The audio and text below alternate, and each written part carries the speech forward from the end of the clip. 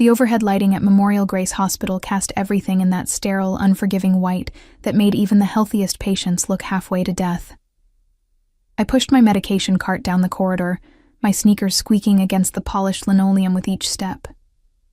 Every movement sent a dull ache through my lower back, a persistent reminder that 32 wasn't as young as it used to feel, especially not after pulling double shifts 3 times this week.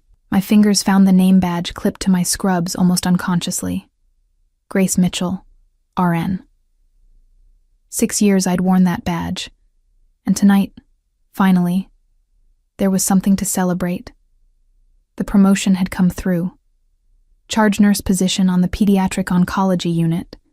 Better hours, better pay, and most importantly, a schedule that meant I could actually be home for Gemma's bedtime more than twice a week.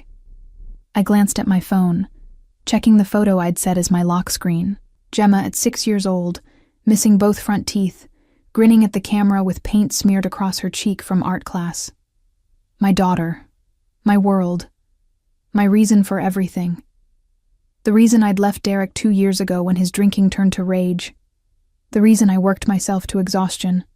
The reason I kept fighting even when every bone in my body begged me to stop. Grace.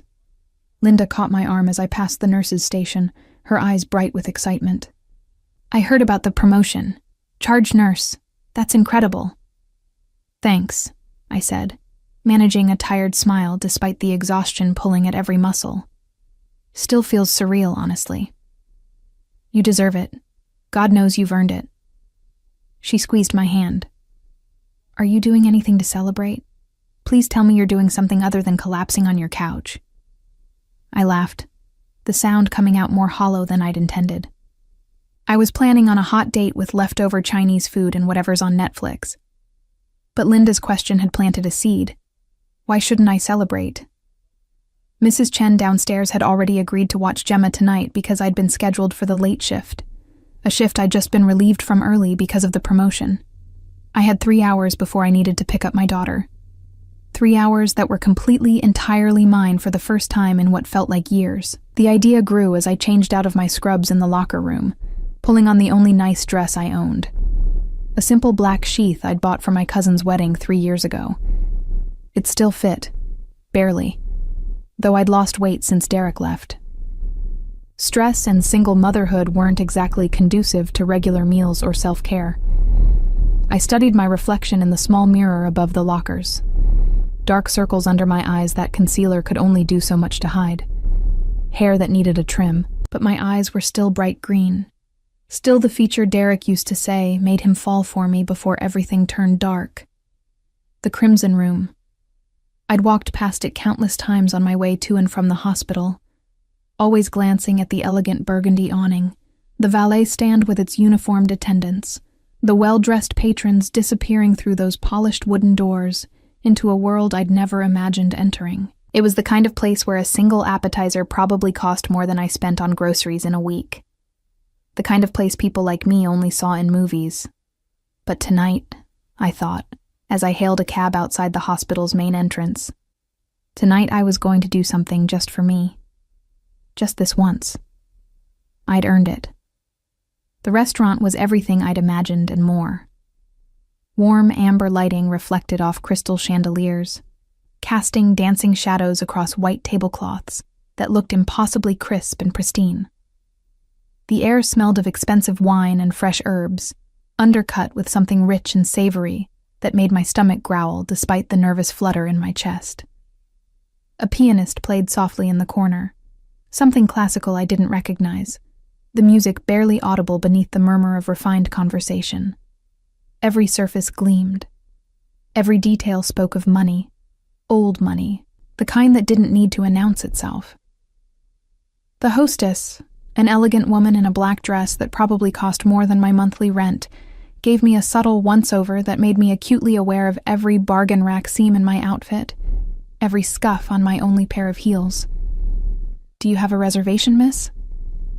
"No, Is that okay? Just for one." Her perfectly shaped eyebrow raised fractionally, and I watched something like pity flicker across her professionally neutral expression. "1 moment, please." I stood there, feeling increasingly foolish as she consulted with someone through a nearly invisible earpiece.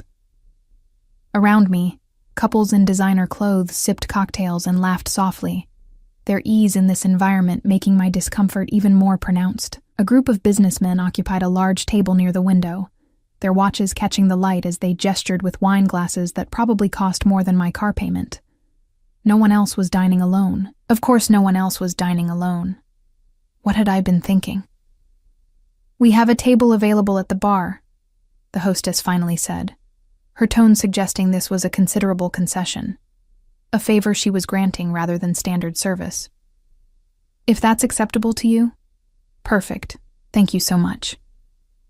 She led me through the main dining room, her heels clicking with military precision against the marble floor. I was hyper-aware of every eye that turned toward us, or perhaps toward me, the woman clearly out of her depth. The bar area turned out to be a long stretch of polished mahogany that gleamed like dark honey, lined with high-backed leather stools that probably cost more than my entire living room set. I claimed one near the end, trying to make myself as small and unobtrusive as possible. The bartender, a young man with slicked-back hair and a crisp white shirt, set down a leather-bound menu and a glass of ice water without comment. His expression was professionally blank, but I caught the slight flicker of assessment in his eyes. He'd already categorized me, I realized. Already knew I didn't belong. I opened the menu and immediately felt my stomach drop through the floor. $38 for a salad, $52 for the cheapest entree, $18 for a glass of house wine. What had I been thinking? This wasn't a celebration. It was financial suicide. I could feed Gemma and myself for a week on what a single meal here would cost. I could put that money toward her new winter coat, the one she'd need when the temperature dropped. I could save it for emergencies, for the inevitable crisis that always seemed to be lurking around the corner.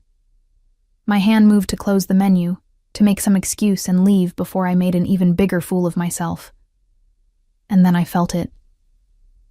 That peculiar sensation of being watched, not casually, but intensely, with a focus that raised every hair on the back of my neck. The feeling was so strong, so visceral, that I actually shivered despite the warmth of the restaurant. I turned slowly, my heart suddenly pounding for reasons I couldn't name. He was seated in a private alcove beyond the bar, partially obscured by an ornate wooden screen that provided the illusion of privacy, while still allowing a view of the main space. But there was no question he was looking at me. Directly at me, with an intensity that made my breath catch in my throat. Even from this distance, even in the amber lighting, I could see the sharp planes of his face, the dark suit that probably cost more than I made in 6 months, the way he held himself with absolute certainty. Authority radiated from him like heat from a fire. He wasn't just wealthy, he was powerful, the kind of powerful that made other powerful people nervous. 3 men sat with him at his table, but they might as well have been furniture. His attention was fixed entirely on me, and there was something in his gaze that sent a shiver down my spine that had nothing to do with fear and everything to do with something far more dangerous. He lifted his wine glass in a small gesture, a silent acknowledgement, before taking a slow sip. His eyes never left mine. I turned back to the bar quickly, my cheeks burning, my heart racing. What was I doing? This was insane. I should leave right now, before whatever this was became something I couldn't control. But my body refused to move.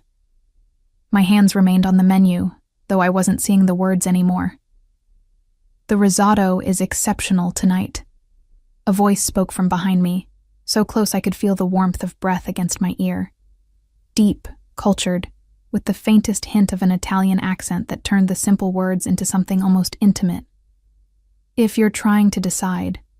I turned on the stool, and suddenly he was there, standing close enough that I could smell his cologne, something expensive and dark with notes of sandalwood, and something else I couldn't identify. Up close, he was even more devastating. Tall, easily over 6 feet, with broad shoulders that filled out his charcoal suit perfectly. His face was all sharp angles and classical proportions, like something from a Renaissance painting. Strong jaw, high cheekbones, a mouth that looked like it rarely smiled, but would be beautiful when it did. But it was his eyes that held me frozen. Dark, impossibly dark, like looking into a well at midnight. And the way he was looking at me, with an intensity that made me feel simultaneously exposed and protected, terrified and safe. "Thank you," I managed, though my voice came out breathier than I'd intended. I'll keep that in mind." He smiled then, just slightly, and the transformation was startling. Still dangerous, still predatory, but now with a warmth that made something low in my stomach tighten. First time at the Crimson Room? That obvious? Not at all. His eyes traveled over my face slowly, deliberately, missing nothing. "I simply make it my business to know everyone who enters my establishment." My breath caught. "Your establishment?" "Gabriel Moretti." He extended his hand, and when I took it automatically, his grip was firm and warm, his thumb brushing across my knuckles in a gesture that felt far too intimate for a first meeting. "I own the Crimson Room. And you are?" "Grace," I said, then immediately regretted giving him my real name. There was something about this man that made every instinct I'd developed over 6 years of nursing, of reading people in crisis, scream danger. "Grace Mitchell. Grace." He repeated my name slowly, as if tasting it, and the way his accent curved around the syllables made it sound like something precious. "A beautiful name for a beautiful woman, though you look uncertain, troubled perhaps." "I'm fine," I said quickly, trying to pull my hand back. He held it a moment longer before releasing it, and I felt the loss of that warmth immediately. "You're dining alone." It wasn't a question. His eyes searched my face, and I had the unsettling feeling he was reading far more than I wanted to reveal. Celebrating something? Or hiding from something? The accuracy of the observation, the way he cut through pretense with surgical precision, made my defenses slam into place. "Does it matter?" "Everything matters," he said quietly, and there was something in his tone that made it sound like a promise or a threat. Especially when it concerns a woman sitting alone in my restaurant looking like she's deciding whether to run. He paused, his gaze intense. "Don't run, Grace. Stay. Have dinner.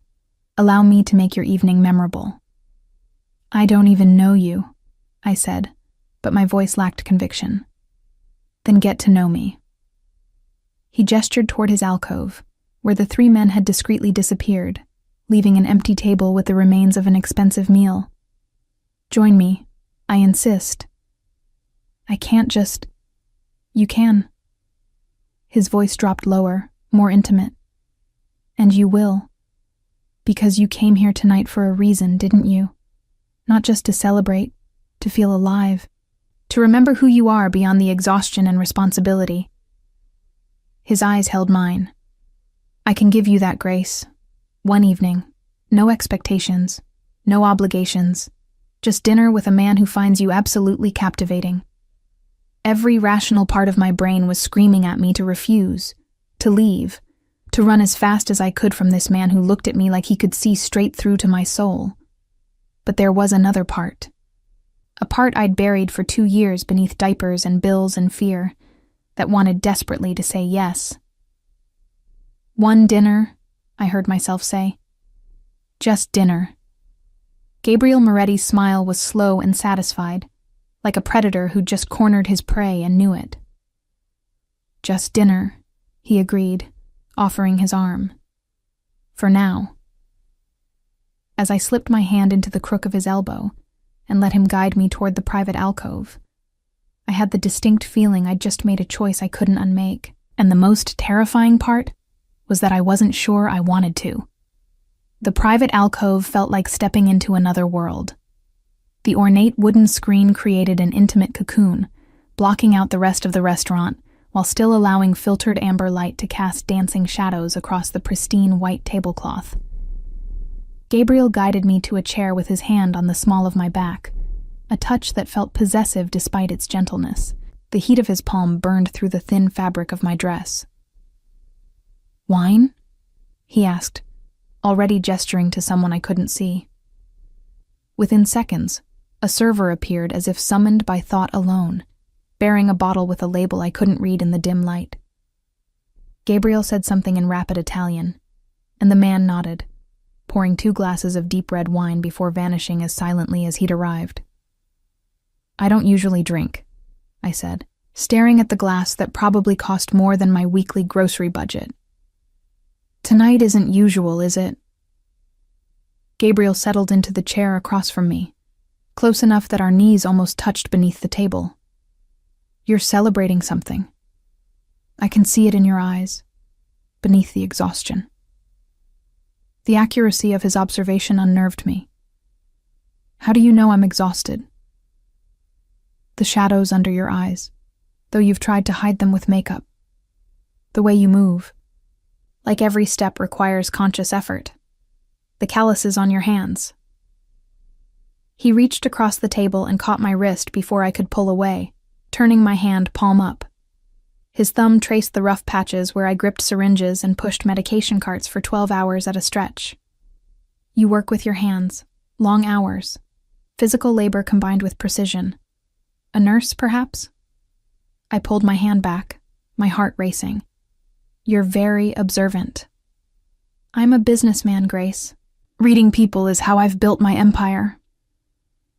He leaned back, the movement casual, but his eyes remained fixed on my face with that unnerving intensity.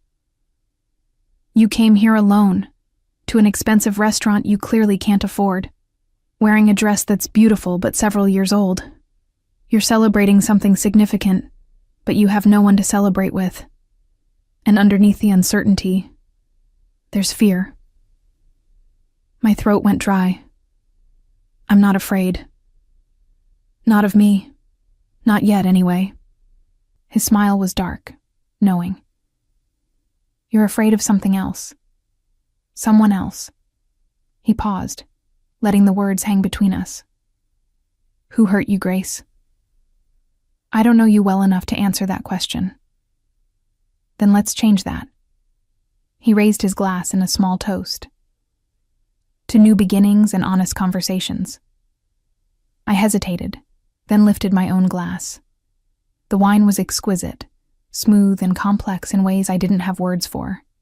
It tasted like money, like power, like everything I'd never had and never would. "I became charge nurse today," I said finally, surprised by my own honesty. "At Memorial Grace Hospital, pediatric oncology." Something shifted in Gabriel's expression, a softness I hadn't expected. "You care for children with cancer."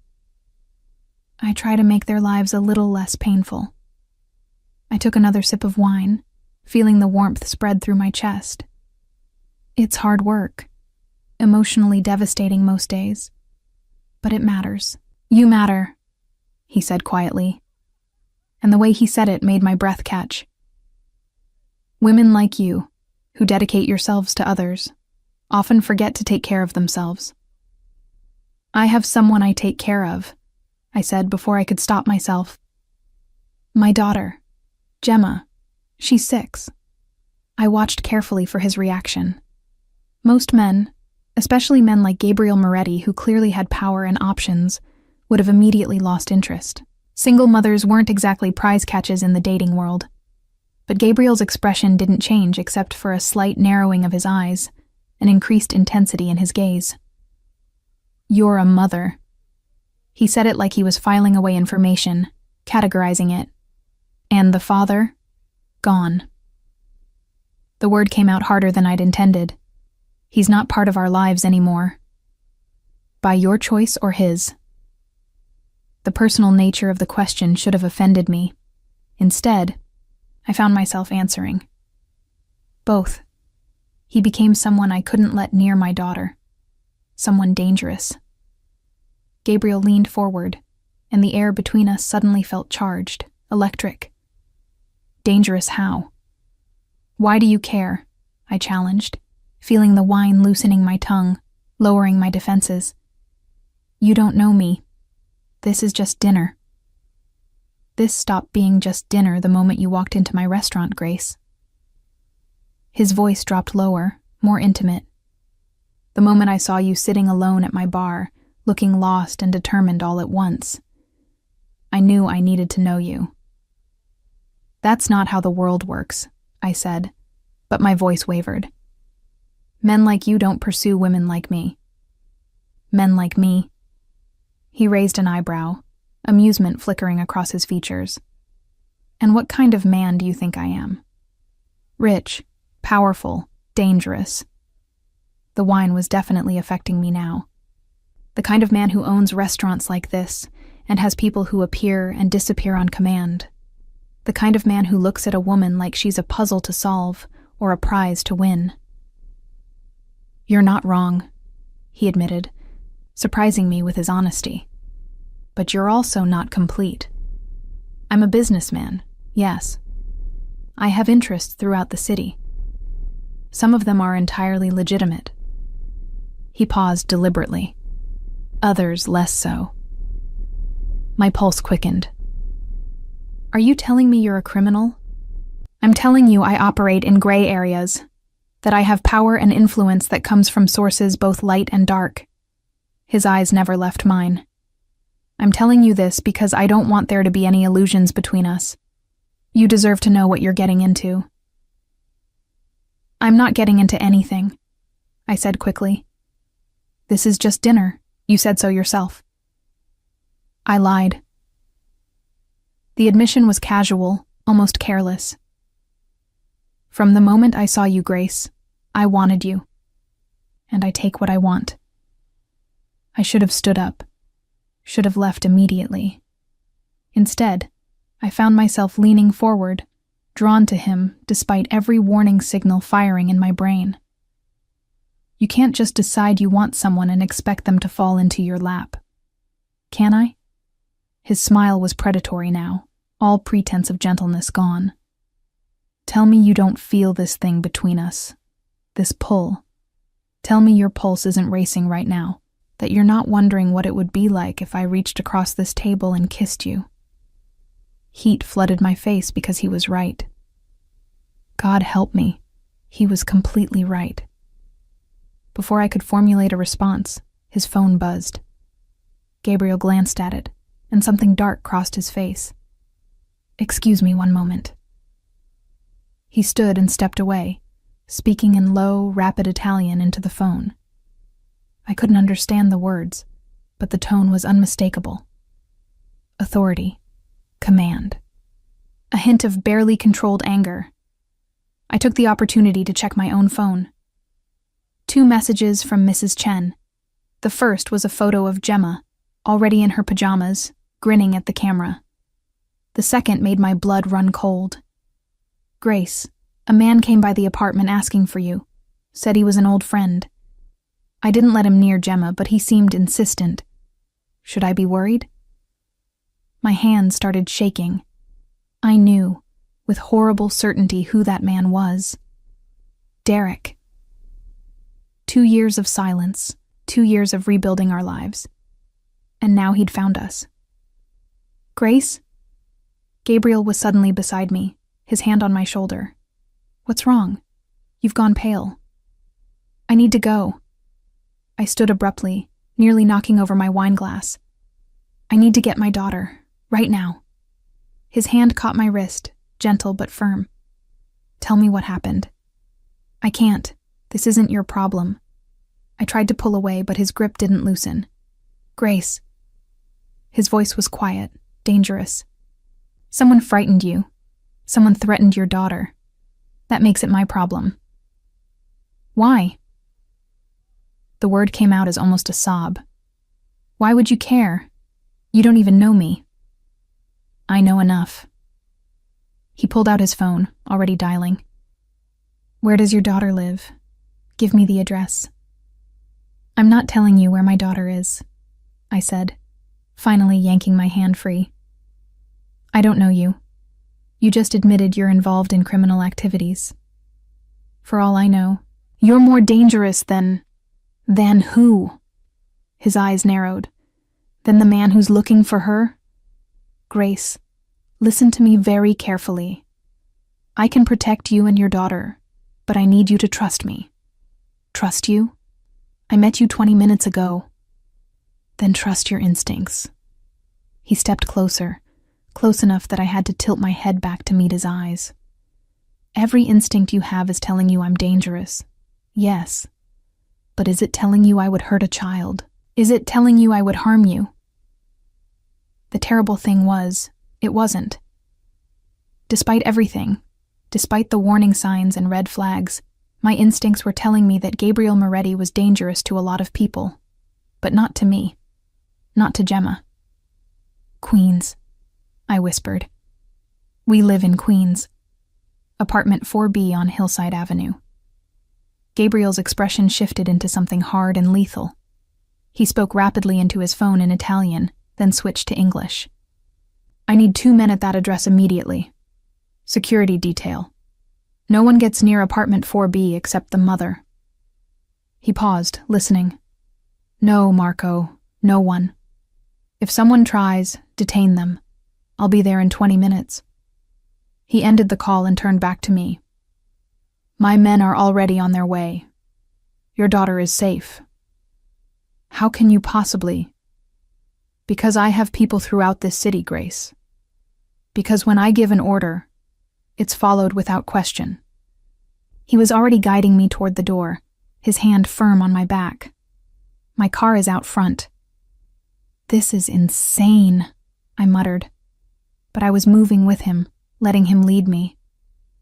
Because what choice did I have? Derek had found us.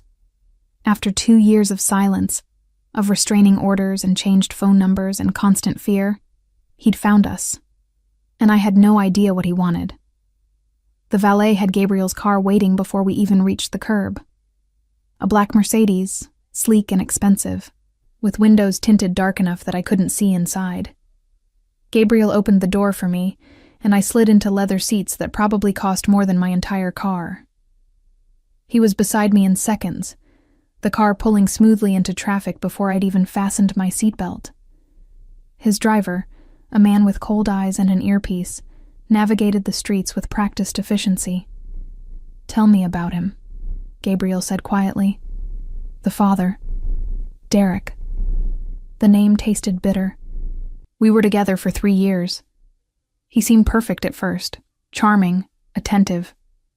But he drank, and when he drank, he became someone else. Someone violent. Gabriel's jaw tightened, but he said nothing, just gestured for me to continue. It got worse after Gemma was born. The jealousy, the anger. He'd accuse me of things, of cheating, of trying to keep his daughter from him. One night he came home drunk and... I stopped, the memory making my throat close. I had to take Gemma to the hospital. She was only 4. She'd gotten in the way when he tried to hit me. The temperature in the car seemed to drop 10 degrees. Gabriel's expression was absolutely still, but there was murder in his eyes. I got a restraining order, I continued. We moved, changed numbers, did everything right. He disappeared. I thought it was over, but now he's back, and I don't know what he wants. He wants control, Gabriel said quietly. Men like that always do. They see women and children as possessions, things they own. His hand found mine, warm and solid. But you're not his possession anymore, Grace, and neither is your daughter. You can't just decide that, I said, but there was no conviction in my voice. Watch me. The car pulled up to my building, and I saw immediately that Gabriel hadn't been exaggerating.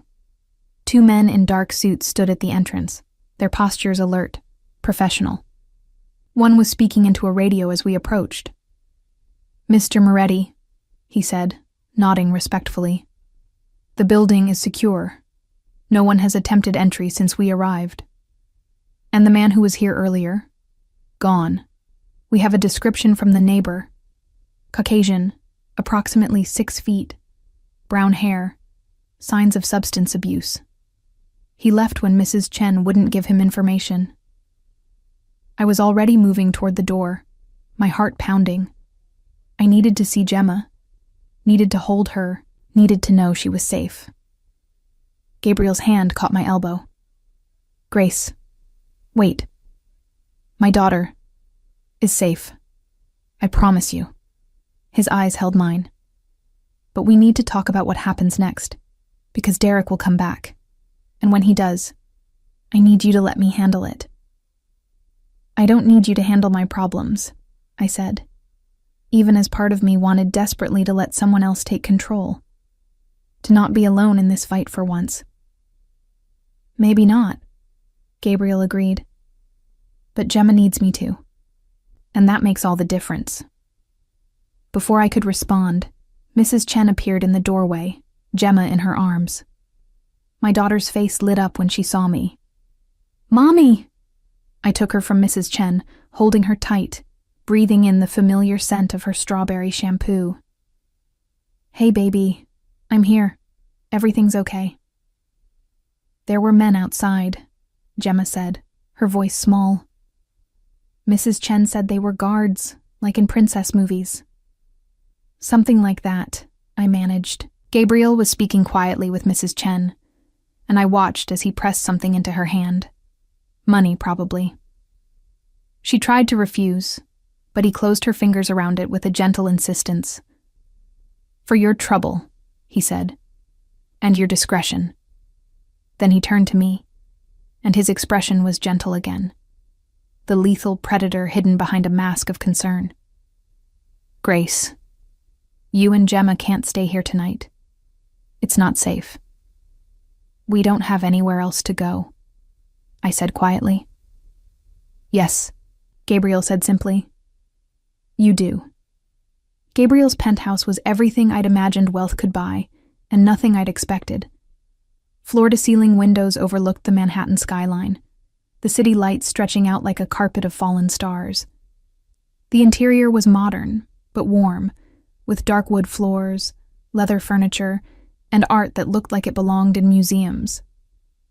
Everything was pristine, sophisticated, and utterly intimidating. Gemma had fallen asleep in my arms during the car ride, exhausted from the excitement and late hour. Gabriel had led us to a guest bedroom without comment, a space larger than my entire apartment, with a bed so soft it felt like sleeping on clouds. I'd tucked her in carefully, kissing her forehead, whispering promises I wasn't sure I could keep. Now I stood in the living room, arms wrapped around myself, staring at the city below and trying to process how my celebration dinner had turned into this. Gabriel was in the kitchen, moving with surprising domesticity as he prepared tea. The normalcy of the gesture felt surreal given everything else. She's beautiful, he said quietly, appearing beside me with 2 steaming mugs. Your daughter.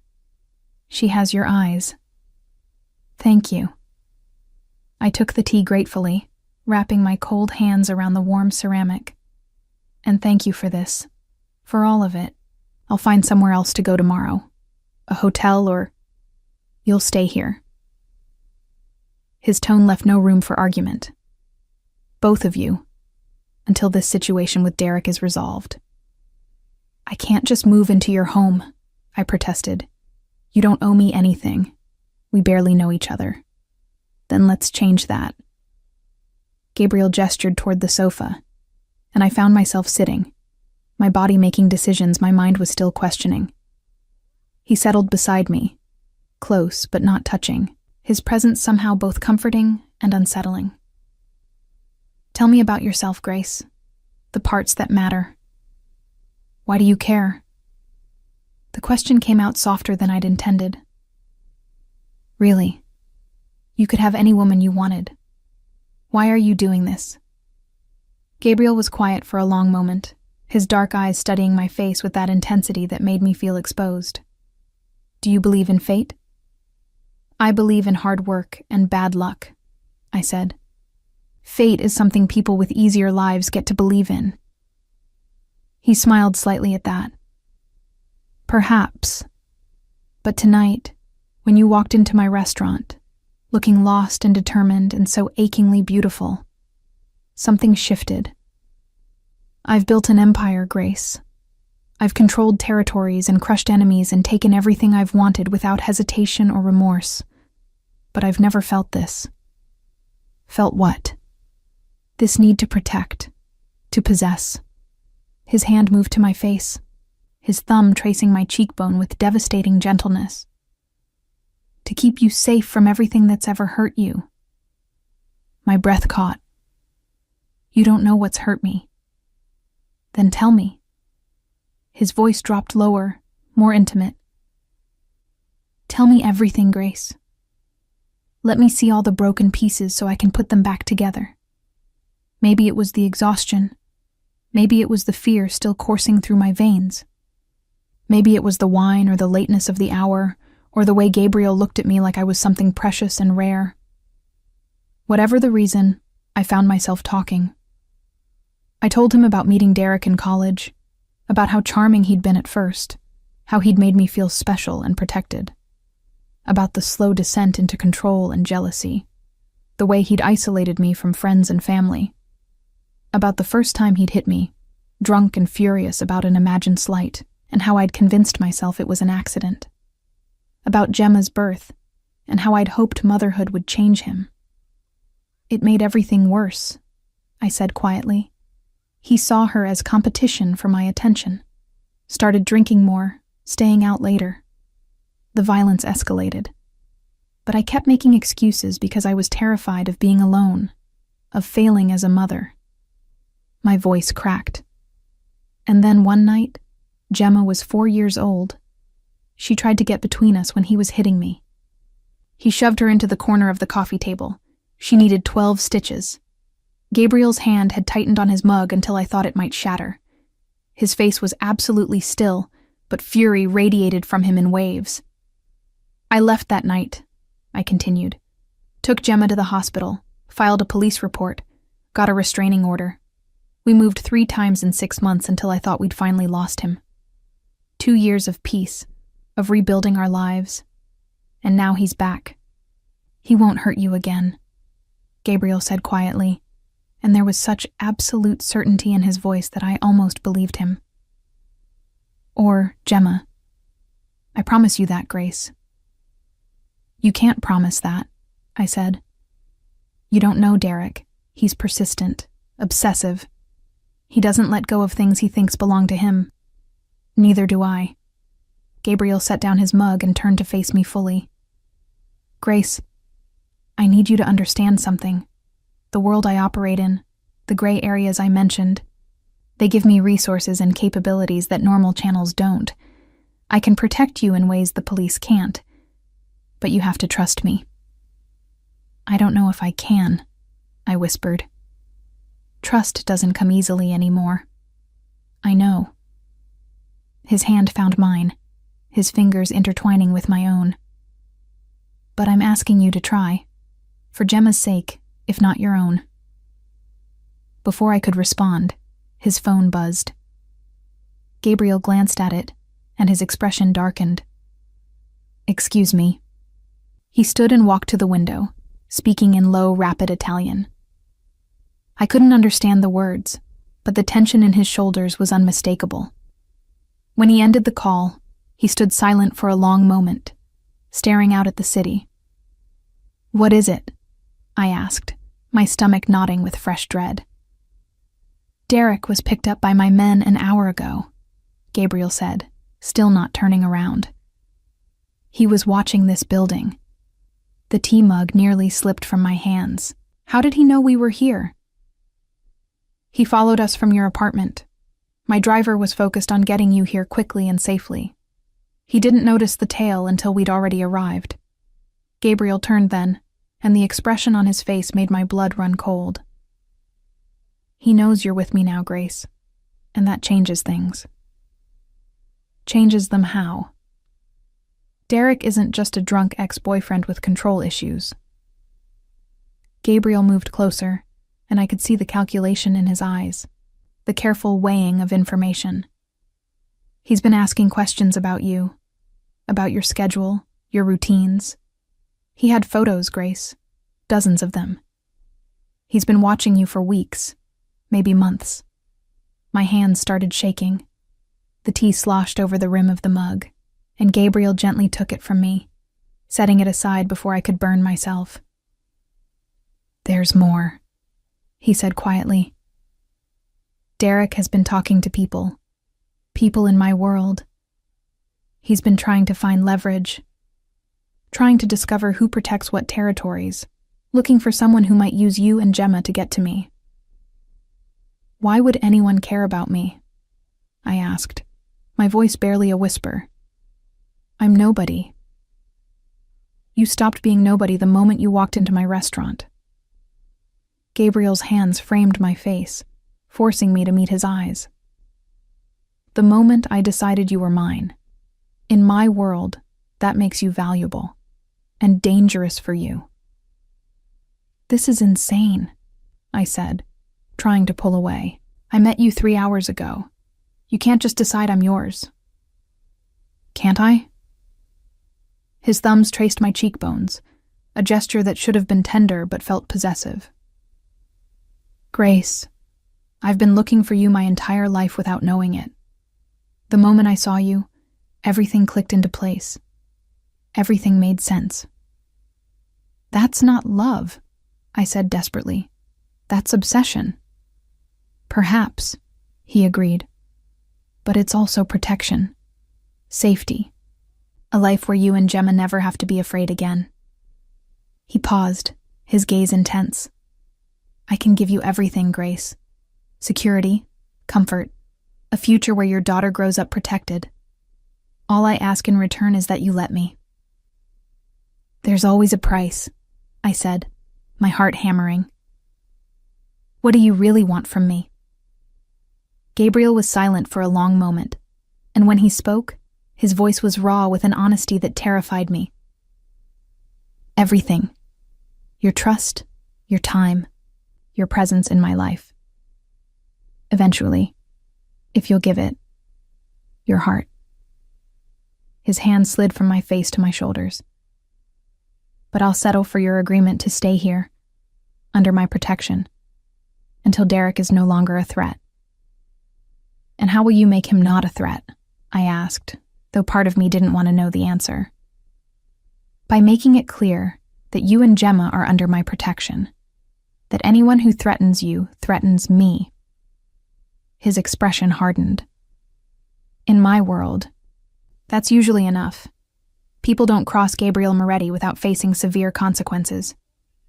And if it's not enough, if Derek doesn't care about consequences, then I'll ensure he can never threaten you again." The words were soft, almost gentle, but the implication was clear. I should have been horrified, should have grabbed Gemma and run as far and fast as I could. Instead, I found myself asking, "What would you want from me? If I stayed, what would that look like?" Gabriel's eyes darkened with something that might have been triumph, or satisfaction, or hunger. "You'd live here, in the guest suite. Gemma would attend the best private school in the city with security detail. You'd continue working at the hospital if you wanted, or I could find you a position at one of my legitimate businesses if you preferred. You'd have access to my resources, my protection, my world. In exchange for what?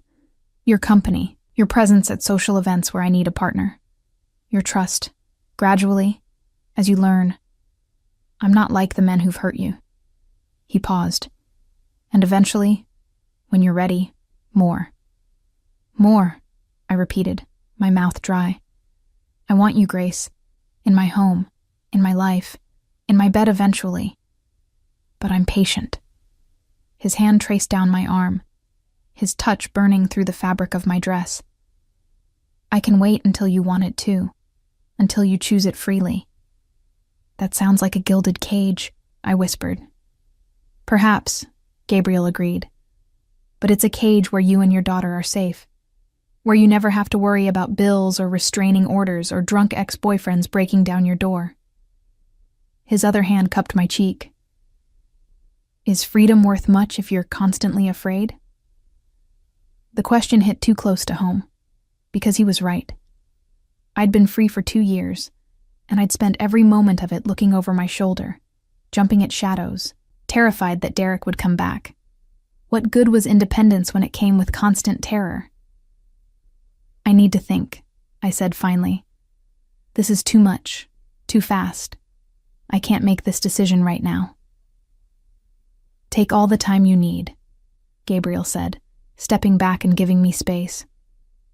The guest suite is yours for as long as you want it. No strings, no expectations, just safety. He paused at the hallway entrance. But Grace? While you're thinking, remember this. You came to my restaurant alone tonight, looking for something. Maybe it was just a celebration. Or maybe it was something more. Maybe you were looking for a way out of the life that's been crushing you. And you think you're that way out? I think I'm an option you didn't know you had, he said quietly. I think I'm a door you didn't know existed. Whether you walk through it or not is entirely your choice. But at least now you know it's there.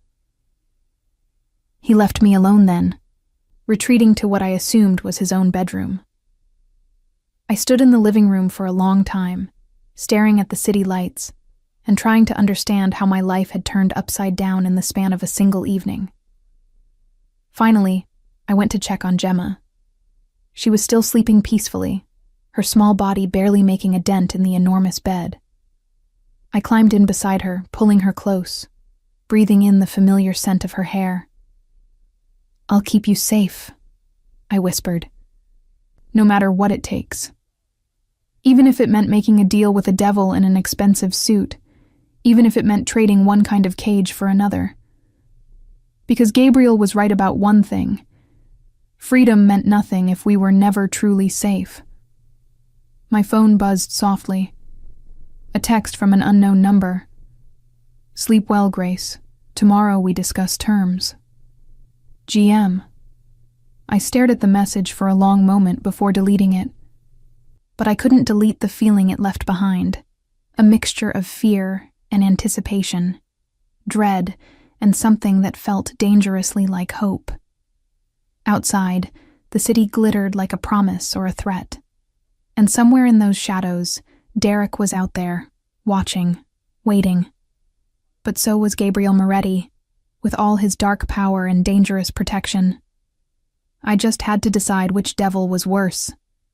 Morning arrived with the kind of golden light that only came through floor-to-ceiling windows 30 stories above the city.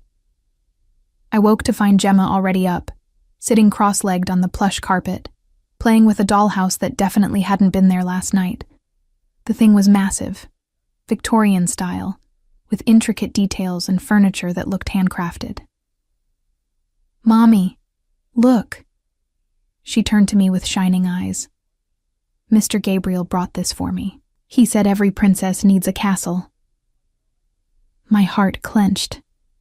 Gemma, sweetie, you can't just accept expensive gifts from me? Gabriel's voice came from the doorway, and I turned to find him leaning against the frame, dressed casually in dark jeans and a black Henley that somehow made him look even more dangerous than the suit had. His hair was slightly damp, like he'd just showered, and the domestic intimacy of the moment made my stomach flip. I hope you don't mind. I had it delivered early this morning. Gemma and I have been having quite the conversation. I sat up quickly, acutely aware that I was still in last night's dress, wrinkled and inappropriate. You should have woken me. You needed rest. Besides, Gemma is excellent company. He smiled at my daughter, a genuine warmth that transformed his face. She's been telling me about her school and her favorite books. Did you know she wants to be a veterinarian?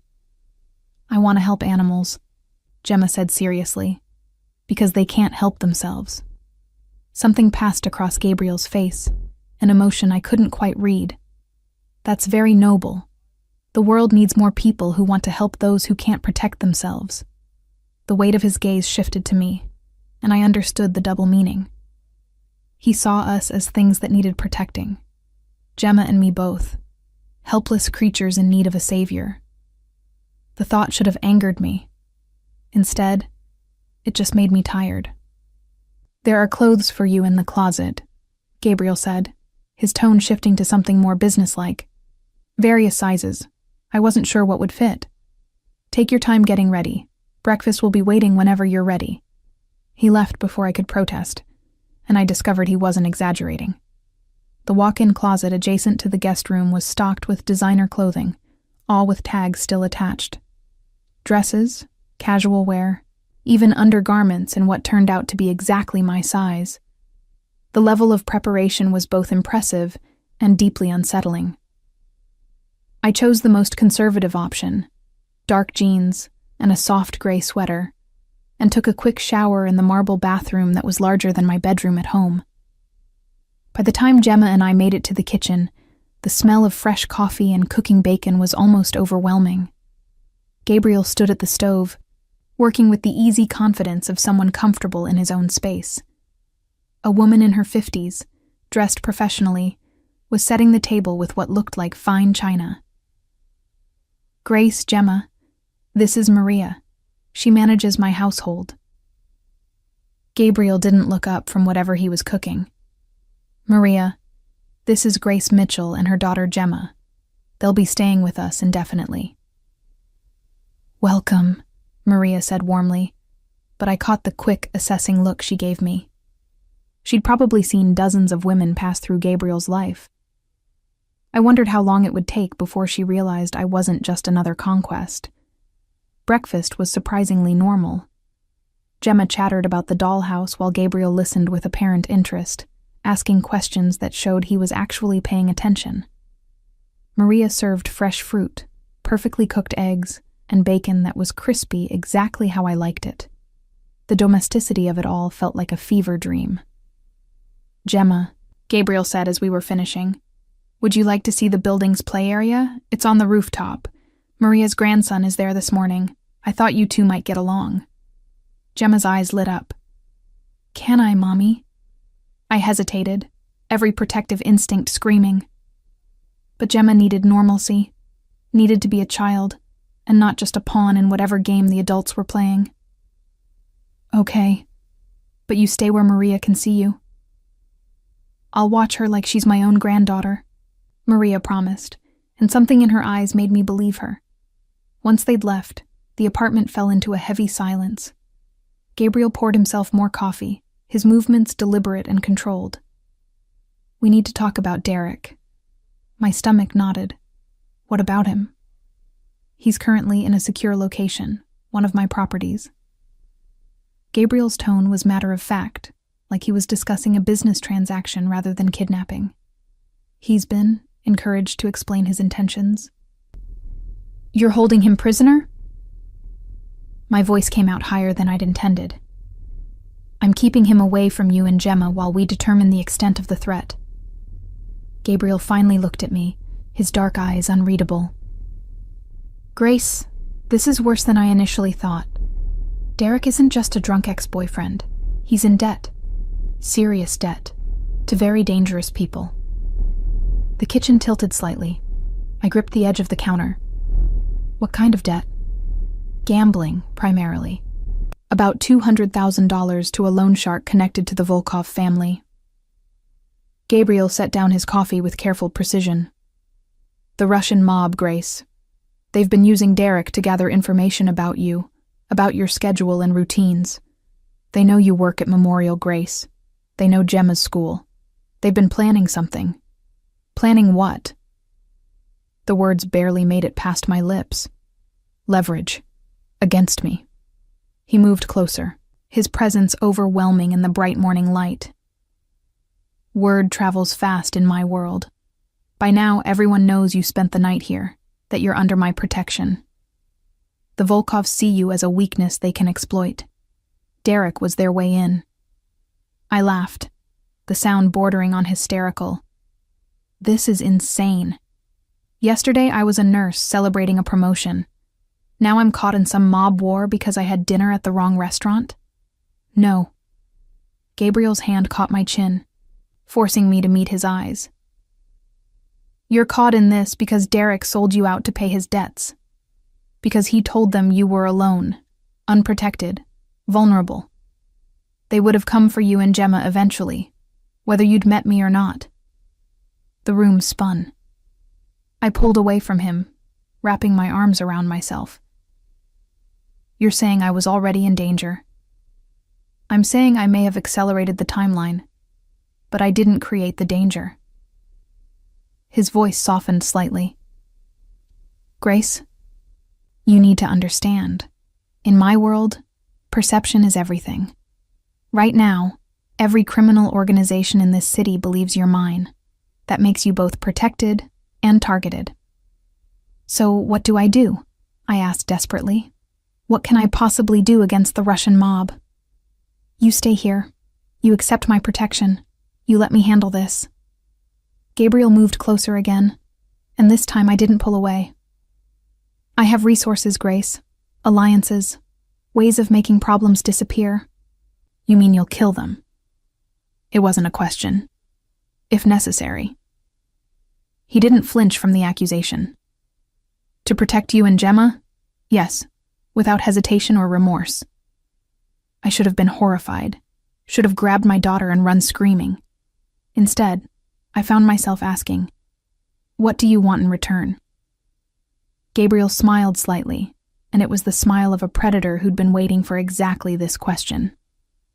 I told you last night, your presence in my life, your trust, your acceptance that you belong to me now. People don't belong to other people, I said weakly. In my world, they do. His hand found my waist, pulling me closer. And you're in my world now, Grace. The moment Derek involved you with the Volkovs, the moment I decided you were worth protecting, you crossed a line. There's no going back. That's not fair, I whispered. No, he agreed. But it's reality. You can fight it, rage against it, hate me for it. But the facts remain.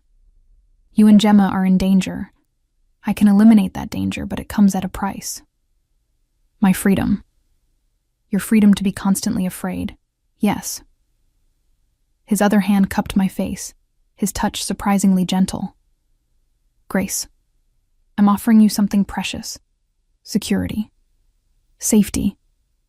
A life where your daughter grows up protected by the most powerful criminal organization in the city. Where you never have to worry about bills or evictions or drunk ex-boyfriends. All I ask is that you stop fighting me and accept what we both know is true. What's that? My voice was barely audible. That you're mine now. That you were always going to be mine from the moment you walked into my restaurant. His thumb traced my lower lip. That some part of you wants this. Wants to surrender the burden of always being strong. Always being alone. Wants someone else to carry the weight for once. Tears burned behind my eyes because he was right. God help me. He was completely right. I was so tired of being strong, of fighting every battle alone, of lying awake at night, terrified of every sound. The offer of surrender was intoxicating. What about Derek? I asked. What about him? Gabriel's expression hardened. He sold you and your daughter to the Russian mob to pay his gambling debts. What happens to him is entirely your choice. The power in that statement was dizzying. My choice?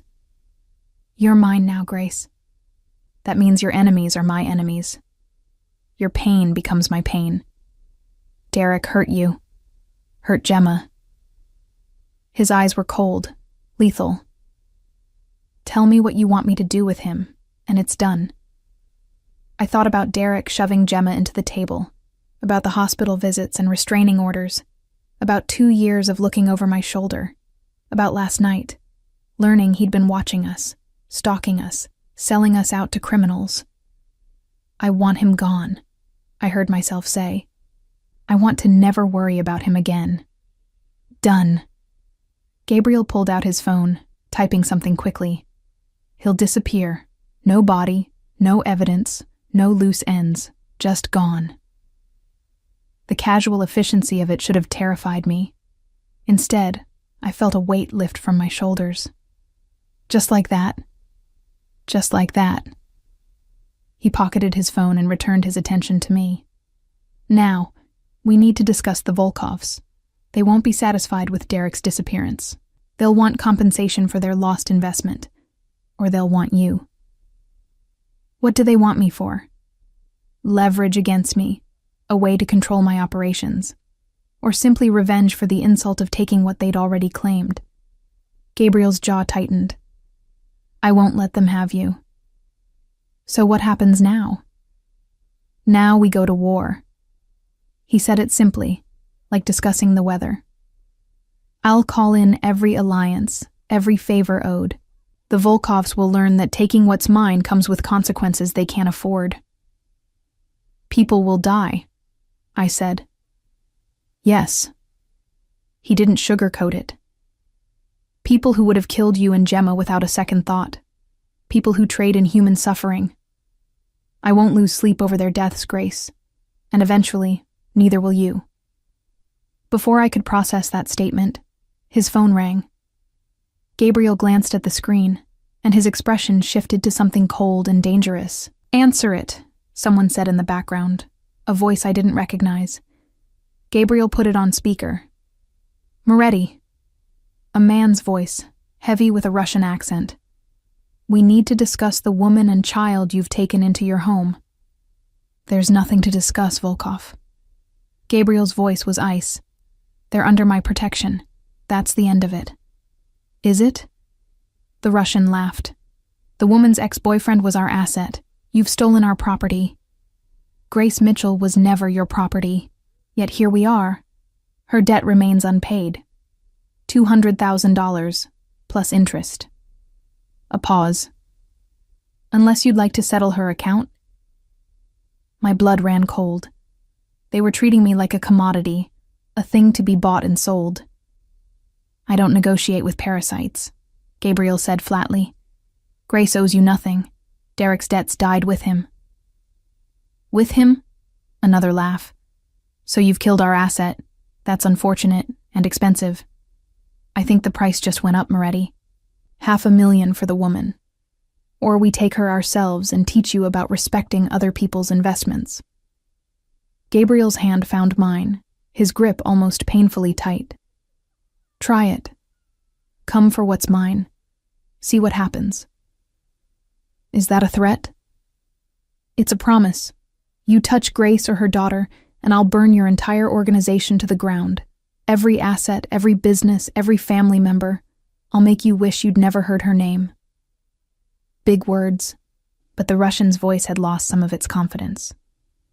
We'll see how big you talk when your woman is bleeding in front of you.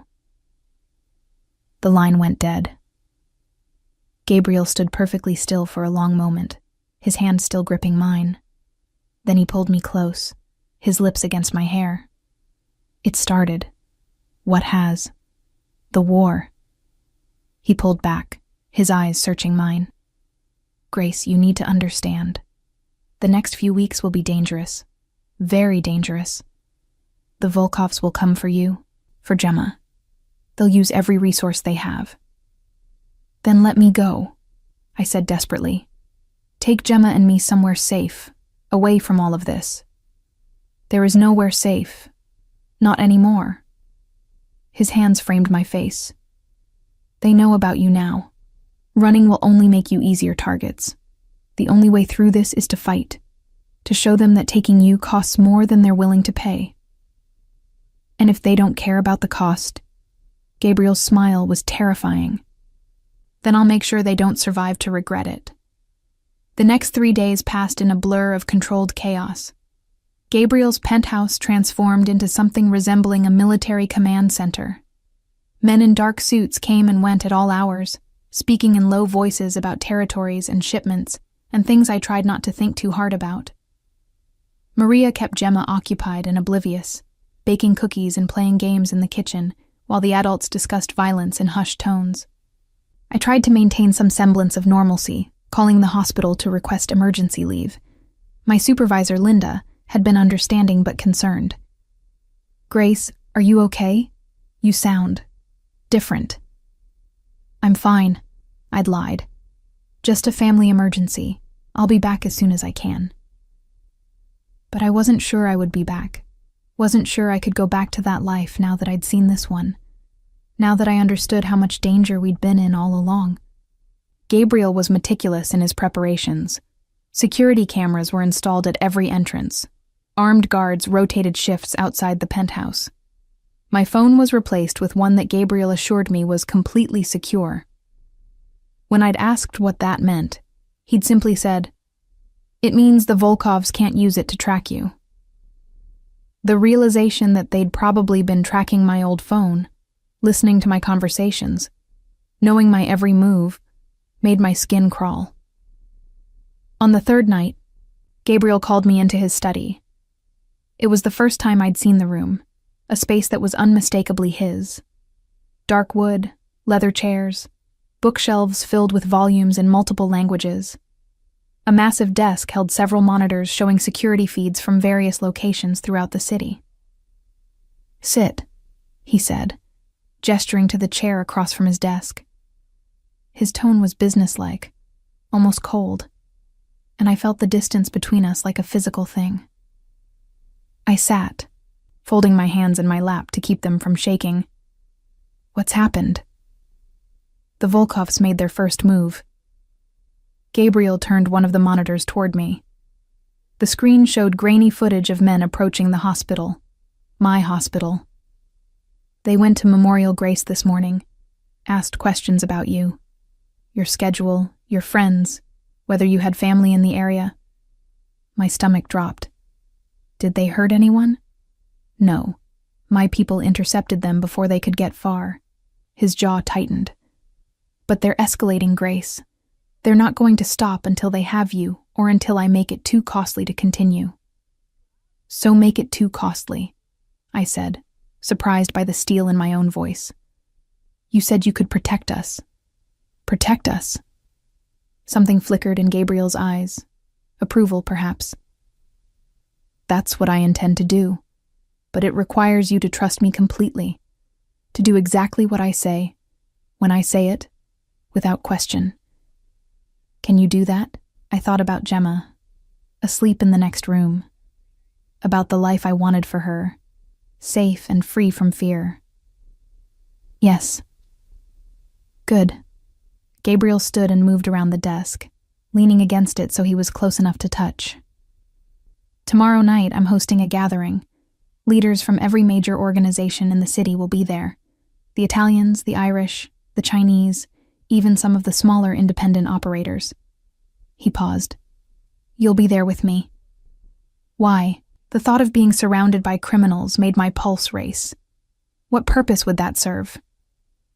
To make a statement, to show everyone that you're not just under my protection, you're mine, untouchable. Anyone who comes for you will face the consequences from not just me, but from everyone who values their alliance with me. His hand found mine, his thumb tracing circles on my palm. "I'm calling in every favor, Grace, leveraging every relationship I've built over 20 years in this business. The Volkovs will find themselves completely isolated, with enemies on all sides." "And all I have to do is stand beside you and smile?" I asked bitterly. "No." His other hand tilted my chin up, forcing me to meet his eyes. "You have to convince them that you chose this, that you're not a prisoner or a victim, but a woman who knows exactly what I am and accepts it. Wants it, even." His voice dropped lower. "Can you do that, Grace? Can you pretend to be mine convincingly enough to fool the most dangerous men in the city?" The word pretend hung between us, heavy with implications, because we both knew it wouldn't entirely be pretending. The past 3 days had shown me sides of Gabriel I hadn't expected. The way he was gentle with Gemma, patient with her endless questions, The way he'd held me last night when a nightmare about Derek had torn me from sleep. His presence solid and comforting without being demanding. The way he looked at me sometimes, like I was something precious he was terrified of losing. "I can do it," I whispered. "Good." But he didn't move away.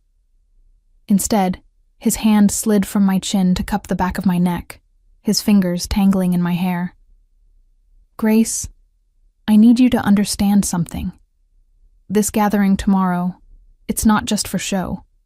Once I claim you publicly in front of these people, there's no taking it back. You'll be marked as mine forever in their eyes. Even if you leave, even if you hate me, you'll always be Gabriel Moretti's woman. That means protection, but it also means danger. It means being a target for anyone who wants to hurt me. I'm already a target," I pointed out. "Not like this. Not permanently." His eyes searched mine. "I'm giving you one last chance to walk away. I can move you and Gemma somewhere safe, somewhere far from here. New identities. Fresh start. You'd be alone, but you'd be free of all this." The offer was genuine, I could see that, and terrifying in its implications, because it meant admitting what we both knew, that after tomorrow there would be no escape, no fresh start, no freedom. "And the Volkovs?" I asked. "Would they stop hunting us?" "Eventually, once they realized the cost wasn't worth the prize." Gabriel's expression darkened. "But it would take time. Months, maybe years of looking over your shoulder." I thought about the past 2 years, the constant fear that had been my companion. The way I jumped at shadows, checked locks obsessively, woke up terrified at every sound. The thought of doing that again, possibly forever, made my chest tight. "I'll stay," I said. "I'll do whatever you need me to do tomorrow night." Gabriel's hand tightened in my hair, and for a moment I thought he might kiss me. Instead, he rested his forehead against mine, his breathing slightly unsteady. "Thank you." "Don't thank me yet," I said. "You might regret this." "Never." The certainty in his voice made something warm unfurl in my chest. "You and Gemma are the best things that have ever walked into my life, Grace. I will never regret protecting you."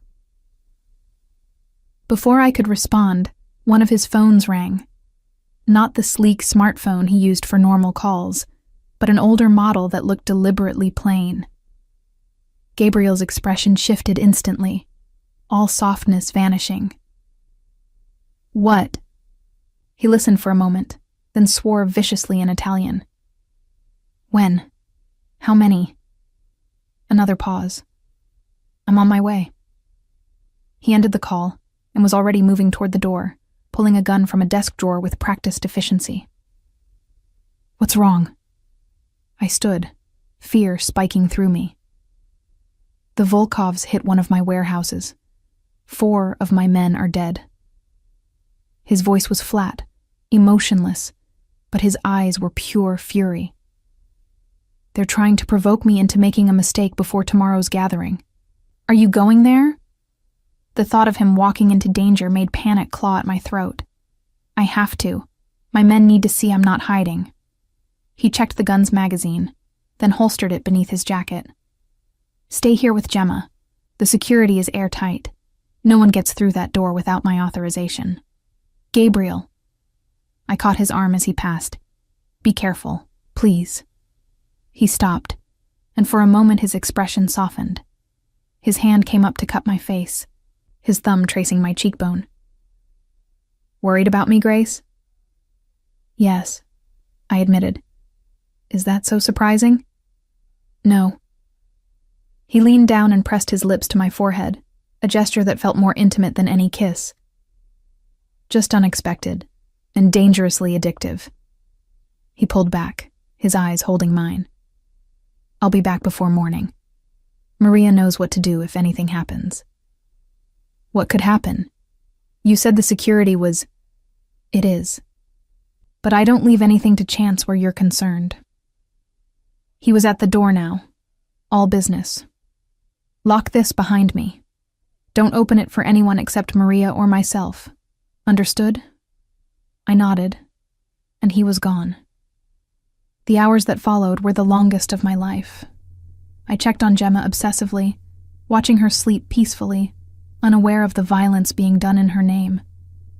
Maria appeared periodically, bringing tea I didn't drink and reassurances I didn't believe. "He's done this 1,000 times," she said gently. "Mr. Moretti knows how to handle himself." "Those other times, was he distracted by worry about someone back home?" I asked. Maria's expression softened. "No, which is why he'll be extra careful tonight. He has something to come home to now." Around 3 a.m, I heard movement at the door. My heart leaped into my throat until I heard Gabriel's voice giving the security code. I was on my feet immediately, rushing to the entrance. He looked like he'd walked through hell. His jacket was gone, his shirt torn and stained with what I hoped wasn't his blood. There was a cut above his eyebrow, still bleeding slightly, and his knuckles were raw and bruised. "Oh my God," I breathed, reaching for him. "It's not as bad as it looks," he said, but he let me lead him to the kitchen, let me press a clean towel against the cut on his forehead. Most of this isn't my blood. That should have horrified me. Instead, I found myself asking, "Did you get them? The ones who killed your men?" "Some of them." His hand found my waist, holding me steady as I cleaned the wound. "The rest ran, but they delivered a message first." "What message?" Gabriel was quiet for a long moment, and when he spoke, his voice was deadly serious. "They know about Gemma's school. They know her schedule, her teacher's name, the route you take to pick her up." Ice flooded my veins. "They're going after her. They're trying to frighten you, to make you leave me, thinking that's the only way to keep her safe." His grip tightened on my waist. "But we both know that's not true. You're only safe together, under my protection." "So, what do we do?" "Tomorrow night, at the gathering, we make it clear that anyone who threatens Gemma is declaring war on every organization in this city." Gabriel's eyes were hard, determined. "And we make sure the Volkovs understand they've already lost." I set aside the bloody towel and looked at him. Really looked at him. This man who'd killed for me tonight. Who would kill again without hesitation. Who'd turned his entire world upside down for a woman he'd known less than a week. "Gabriel," I said softly, "why are you really doing this? I told you—" "No, the real reason. Not the possessive crime lord routine or the protection speech. The truth." He was silent for so long I thought he wouldn't answer. Then his hand came up to cup my face, his touch gentle despite the violence still fresh on his skin. "Because when you walked into my restaurant, you looked lost. And I realized I'd been lost too, for years. I just hadn't noticed." His thumb traced my lower lip. "I've built an empire, Grace. I have more money than I could spend in 10 lifetimes, more power than most people dream of. But I've never had anything that mattered. Not really. Not until you." "That's insane," I whispered. "You don't even know me." "I know enough. I know you're strong enough to leave an abusive relationship and rebuild your life. I know you work yourself to exhaustion for your daughter. I know you came to my restaurant alone because you wanted just once to do something for yourself." His forehead touched mine. "I know you're terrified right now, but you're still standing here, still fighting for your daughter, still refusing to break. That's everything I need to know."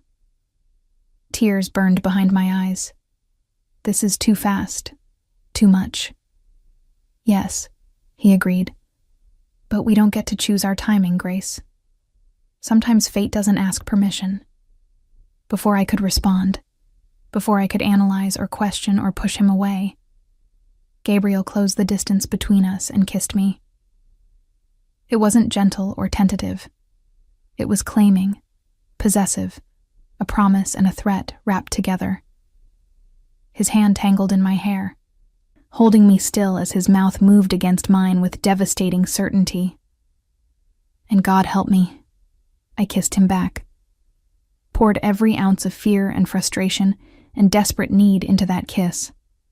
Because he was right about one thing. We were past the point of pretending. When he finally pulled back, we were both breathing hard. His eyes were dark, dangerous, full of promises that both terrified and thrilled me. "Tomorrow night," he said, his voice rough. "Tomorrow night, you stand beside me, and we end this. Together." "Together," I echoed, and sealed both our fates. The dress Gabriel had chosen for me was a masterpiece of calculated seduction. Deep crimson silk that clung to every curve, with a neckline that was demure from the front, but revealed my entire back. Diamond earrings that probably cost more than my car sat heavy against my neck.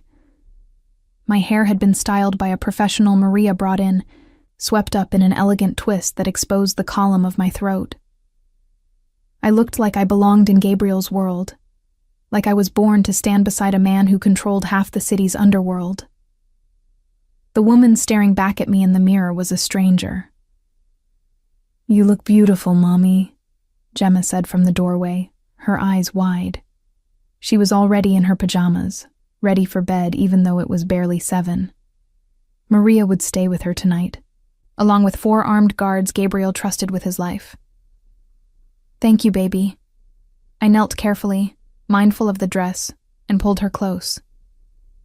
"You'll be good for Maria, won't you?" "I always am." She wrapped her small arms around my neck. "Mommy, are you scared?" The question caught me off guard. I'd tried so hard to shield her from everything happening. "Why would you think I'm scared?" "Because you hug me different now. Tighter. Like you're afraid I'll disappear." Her green eyes, so like mine, were far too perceptive for a 6-year-old. "But Mr. Gabriel won't let anything bad happen. He promised." "He did. Yesterday, when you were sleeping, I asked him if the bad man was coming back. She said it so matter-of-factly, and my heart shattered. He said no. He said anyone who tries to hurt us will have to go through him first, and he's really big and strong, so I think we're safe." Tears threatened to ruin my carefully applied makeup. "We are safe, I promise." "I know." She kissed my cheek and pulled back. "I like it here, Mommy. Is it okay if I like it?" "Of course it's okay, sweetheart." "Good, because I like Mr. Gabriel too. He's nice to us." She hesitated. "Is he going to be my new daddy?" The question hung in the air, impossible to answer. Because what could I say? That Gabriel Moretti, crime lord and killer, might very well become exactly that? That I was falling for him despite every rational instinct screaming at me to run? "I don't know," I said honestly. "Would you want that?" Gemma considered this with the seriousness she brought to all important decisions. "Only if he makes you smile like you do when he's here. You don't smile much anymore, Mommy. But with him, you do." Before I could process that devastating observation, Gabriel appeared in the doorway. He wore a black tuxedo that had been tailored to perfection, emphasizing the breadth of his shoulders and his lean, powerful frame. His dark hair was swept back, his jaw clean-shaven, and he looked every inch the dangerous, sophisticated predator he was. Our eyes met, and something electric passed between us. Heat and promise, and the memory of last night's kiss. "Gemma," he said, his voice softening in that way it only did around my daughter. "Time for bed, princess. Your mother and I have business to attend to." "Okay." She hugged me one more time, then surprised us both by going to Gabriel and hugging him too. "Be safe, both of you." Gabriel's expression transformed, something raw and unguarded crossing his face as he returned the embrace. "Always, I promise." Maria appeared to collect Gemma, and then it was just the two of us. Gabriel extended his hand, and I took it, letting him pull me close. "You're stunning," he said quietly, his eyes traveling over me with undisguised hunger. "Every man in that room tonight will want you, and every one of them will know they can't have you." "Because I'm yours," I said, testing the words. "Because you're mine," he confirmed, his hand settling possessively on my lower back. "Are you ready for this?" "No, but I'll do it anyway." His smile was fierce with approval. "That's my Grace." The gathering was held at an exclusive club Gabriel owned in the heart of Manhattan. The building's exterior was understated, but inside was pure opulence. Crystal chandeliers, marble floors, artwork that belonged in museums. We entered through a private entrance where security was so tight it made airport checkpoints look casual. The main room was already filled with people when we arrived. I recognized some faces from news reports, others from Gabriel's security briefings over the past few days. These were the power players, the ones who controlled territories and industries through violence and intimidation. Men in expensive suits who smiled while discussing murder. Women draped in designer clothes and diamonds, their beauty hiding deadly intelligence. Every eye turned toward us as we entered. Gabriel's hand on my back was steady, reassuring. He led me through the crowd with absolute confidence, stopping to make introductions, to exchange pleasantries that were really veiled threats and promises. I smiled and nodded and played my part, the devoted woman by the powerful man's side. "Grace, this is Antonio Castellano," Gabriel said, introducing me to a silver-haired man with cold eyes. "He controls the waterfront operations." "Charming," Castellano said, taking my hand and pressing his lips to my knuckles. "Moretti, you didn't mention your companion was so beautiful." "I don't share details about what's mine," Gabriel said smoothly, but there was steel underneath. "Grace is off limits to everyone. I'm making that clear tonight." Castellano's eyebrows raised. "That's serious?" "That's serious." As we moved through the room, the pattern repeated. Gabriel introducing me, making it clear I was under his protection, watching as his message spread through the crowd like wildfire. By the time we reached the private balcony overlooking the main floor, everyone knew. Grace Mitchell belonged to Gabriel Moretti. Untouchable. Sacred. "They're here," Gabriel said quietly, his eyes on the entrance below. "The Volkovs."